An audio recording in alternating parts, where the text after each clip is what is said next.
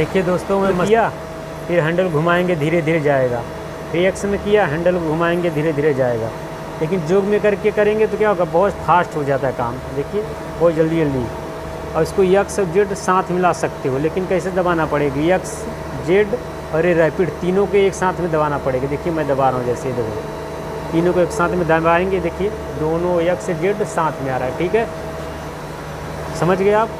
तो ये काम फास्ट होता है इससे, लेकिन आपको इसको यूज तभी करना है जब आपका हाथ बराबर बैठ जाएगा। अगर आपका हाथ बराबर बैठा नहीं है तो आपको ये यूज नहीं करना है, नहीं तो क्या होगा, मशीन आपका लड़ जाएगा जाके चक में, ठीक है। तो पहले आपको शुरू में आपको ये एक्स और जेड में करके हैंडल से आगे पीछे आपको एक्स जेड को लाना है, ऑफसेट लेना है या कुछ भी काम करना है, ठीक है। ये हो गया आपका। और इसको बोलते हैं ZRN, यानी मशीन को होमिंग पोजीशन में करते हैं, ठीक है। जैसे आप शुरू में जब मशीन चालू करोगे तो क्या करोगे, मशीन को होमिंग करना रहता है, ठीक है। तो इसको ZRN में करोगे, और ये देखो ये साइकिल है ना, इसको दबाओगे, इसको जैसे दबाओगे देखो ये अपनी जगह चला जाएगा, ठीक है। ये देखो नहीं कर रहा है, ये देखिए ये आपका चला गया, ठीक है। तो इससे होमिंग होता है आपका, ठीक है। उम्मीद करता हूँ ये सब आपका पूरा समझ में आ गया होगा, ठीक है। अगर नहीं समझ में आया तो आप कमेंट करके पूछ सकते हैं, मैं आपको बता दूंगा, ठीक है। अब दोस्तों आ जाते हैं इसमें हम, ये देखिए लिखा है ना, फीड ओवर राइड।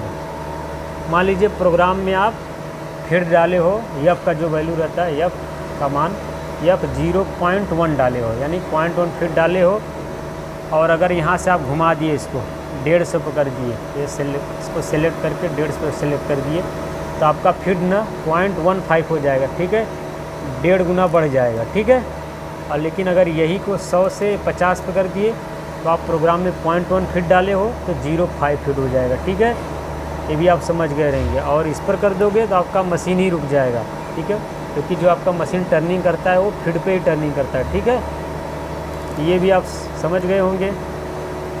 आप लोग अच्छे से समझिए, वीडियो अच्छे से देखिए, ठीक है, मैं एक एक चीज़ बताऊंगा आपको। उसके बाद दोस्तों आ जाते हैं, ये देखिए ये रैपिड ओवर MPG स्टेप। इसमें दो काम होता है, ठीक है। एक तो होता है आपका मशीन को कंट्रोल करते हैं, ठीक है। जैसे देखिए मैं मशीन चालू करता हूँ, देखो ये देखो देखो देखो कैसा मशीन कंट्रोल कर रहा हूँ, ठीक है।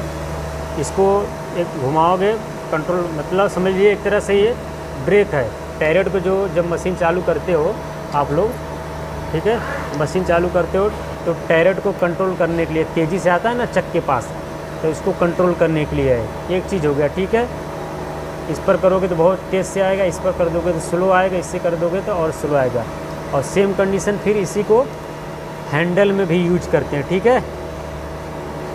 पहले यहाँ पे फास्ट कर दोगे और यहाँ एक्स पे करके इसको ले आओगे, हैंडल को ऐसे करोगे तो बहुत तेज़ से हैंडल आपका आएगा एक्स जेड। लेकिन अगर इस पर करके तो देखो 25 पे कर दोगे इसको, और इसको एक्स पे रहेगा, इसको घुमाओगे तेज, लेकिन आएगा वो स्लो स्लो ही, ठीक है।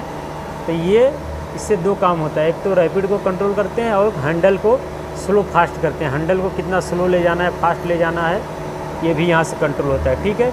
यहाँ से दो चीज़ कंट्रोल होता है। उसके बाद दोस्तों आगे ये आपका है स्पिंडल स्पीड ओवर राइड, ठीक है। मान लीजिए प्रोग्राम में आपने 1000 स्पीड डाला है, ठीक है, यस 1000 डाला है, और इसको आप अगर इस पर कर दिए तो आपका स्पीड कितना हो जाएगा, 1200 हो जाएगा, ठीक है।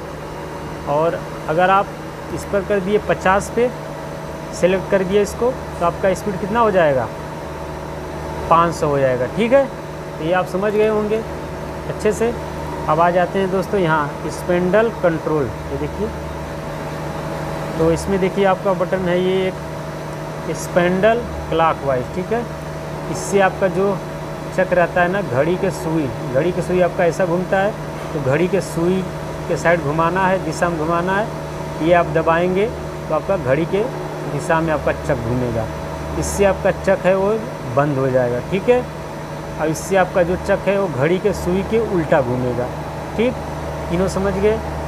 ये देखिए कन्वर FWD, ठीक है, फॉरवर्ड। ये जो आपका बहुत सारे मशीन में ना बड़े बड़े कंपनी में देखोगे तो ये जो भंगार निकलता है ना, आपको हाथ से नहीं निकालना पड़ता, वो ऑटोमेटिक ऐसा उसमें सीढ़ी नुमा रहता है, वो बाहर भंगार को निकाल देता है स्क्रैप को। ठीक है, तो स्क्रैप को बाहर निकालने के लिए है ये बटन दबा के रखोगे और प्रोग्राम में डाल दोगे तो ये आपका PM कोड, तो ये आपका अपने आप भंगार क्या होगा, बाहर निकलेगा। और इससे भंगार को रिसीव करते हैं, छोटा मोटा जो आपका भंगार है उसको डाल दोगे तो रिटर्न एक खींच लेगा। ठीक है, और इसके बाद ये कि डोर ओपन क्लोज, ये भी अपने से हम अपने समय सिस्टम नहीं है, सेटिंग नहीं है उसका।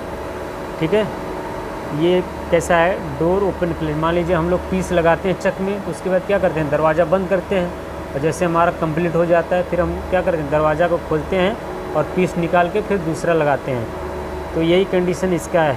अब मान लीजिए आप लोग मेट्रो में कैसे होता है, मेट्रो में ट्रेन आता है तो दरवाज़ा अपने आप खुलता है, और जैसे आदमी अंदर जाता है दरवाज़ा क्या होता है, फिर बंद हो जाता है। सेम सिस्टम इसका है, आप पीस लगाओगे और बटन दबाओगे, जैसे साइकिल अपने आप दरवाज़ा क्या होगा, बंद हो जाएगा, और उसके बाद जैसे पीस ख़त्म होगा अपने आप दरवाज़ा खुल जाएगा, अगर प्रोग्राम में हमको डाल के और ये बटन दबा के रखोगे। ठीक है, और उसके बाद दोस्तों आ जाते हैं कूलिंग टान। ये देखिए, जो पानी चलता है ना, मशीन चलता है तो पानी चलता है ना, नहीं तो काटेगा कैसे, जल जाएगा टूल। ये पानी का है। ठीक है, और एक और 2 पानी का है, देखिए इसमें 2 पानी का रहता है, ये वाला रहता है पानी का, और एक अपना जो टैरेट में रहता है पानी का। ठीक है, तो दोनों का है, अब चाहो तो दोनों चला सकते हो, चाहो तो एक चला सकते हो अपनी ज़रूरत के हिसाब से। ठीक है, और उसके बाद हो गया ये लुब्रिकेंट आयल, ये भी लुब्रिकेंट 2 है। एक लुब्रिकेंट आपका हाइड्रोलिक आयल होता है जो मशीन के पीछे होता है। ठीक है, वो क्या करता है, चक को प्रेशर से क्या करता है, जो आपका चक बंद और खुलता है वो इसी को जैसे होता है, हाइड्रोलिक जो आयल टैंक रहता है उसी के प्रेशर से ये चक आपका बंद और खुलता है। ठीक है, और दूसरा जो है ये आपका लुब्रिकेशन आयल जो डालते हैं वो टैंक है, ये देखिए वो टैंक मैं आपको दिखा दे रहा हूँ यहाँ पे। ठीक है, ये बाकी जो मशीन में आयल लगता है, बाकी जो मशीन में और आयल यूज होता है वो यहाँ से उसका पूर्ति होता है। ठीक है, ये वाले टैंक से, ये वाले से। ठीक है, तो अगर ये जल्दी जल्दी ख़त्म होता है ज़्यादातर, तो ख़त्म होगा तो यहाँ अलार्म आएगा, आपको क्या करना है, तेल डालोगे हाइड्रोलिक आयल ला के तो ये अपना अलार्म हट जाएगा। ठीक है, और इसके बाद ये टैरेट इंडेक्स है, इससे आपका टैरेट को घुमाते हैं, दबा के रखोगे तो आपका टैरेट घूम जाएगा। ठीक है, और ये चक हाई लो है, ये देखिए ये चक हाई लो आपका प्रेशर बताता है। ठीक है, चक हाई करना है, लो करना है, यहाँ से भी कर सकते हो आप। ठीक है, उसके बाद आ जाते हैं ऑप्शनल स्टॉप। ठीक है, ऑप्शनल स्टॉप का मतलब होता है कि मान लीजिए आप कोई जॉब लगाए हैं और मान लीजिए इंसर्ट चेंज कर दिए हो, मान लीजिए आईडी में आप इंसर्ट चेंज कर दिए हो, तो क्या करोगे, ऑप्शनल स्टॉप लगा के रखोगे, तो मान लीजिए ड्रिलिंग के बाद आपका बोरिंग आया है, बोरिंग आने वाला है, तो बोरिंग नहीं आएगा।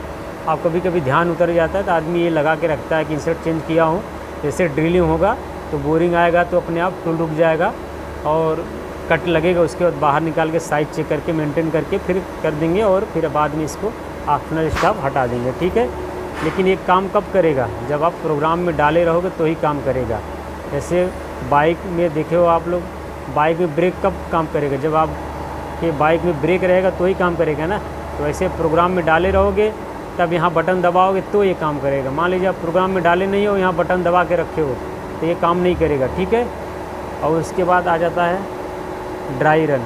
ड्राई रन में क्या होता है दोस्तों, 2 चीज़ होता है, ये जो आपका मशीन चलता है ना, मान लीजिए जो हिसाब से आप चल रहा है उसके हिसाब से आप कई गुना उसको फास्ट भी कर सकते हो और उसको स्लो भी कर सकते हो, दोनों चीज़ होता है। ठीक है दोस्तों, लेकिन आप लोग को कोई बताएगा कि इससे फास्ट होता है, कोई बताएगा आपको स्लो होता है, लेकिन दोनों होता है। ये आपको सिस्टम में जाके पैरामीटर में सेटिंग करना पड़ता है। ठीक है, जितना सेटिंग कर दोगे, फास्ट कर दोगे तो फास्ट होगा, स्लो कर दोगे तो स्लो होगा, ये आप ध्यान दीजिए। उसके बाद हो गया MC लैम्प, मशीन में जो लाइट रहता है, उजाला रहता है, तो इसके ये दबा के इससे होता है। ठीक है, ये दबा के रखोगे तो आपका मशीन का लाइट जलेगा, ये दबा दोगे तो लाइट बुझ जाएगा। ठीक है, और उसके बाद आ जाते हैं, ये दोनों दोस्तों कुछ इम्पॉर्टेंट नहीं है। इसके बाद आ जाते हैं ब्लॉक डिलीट। ठीक है, ब्लॉक डिलीट का मतलब होता है, ये देखिए जैसे बताया ना आपको, ये सब लाइन है, 1 2 3 4, ये ब्लॉक है। मान लीजिए इसमें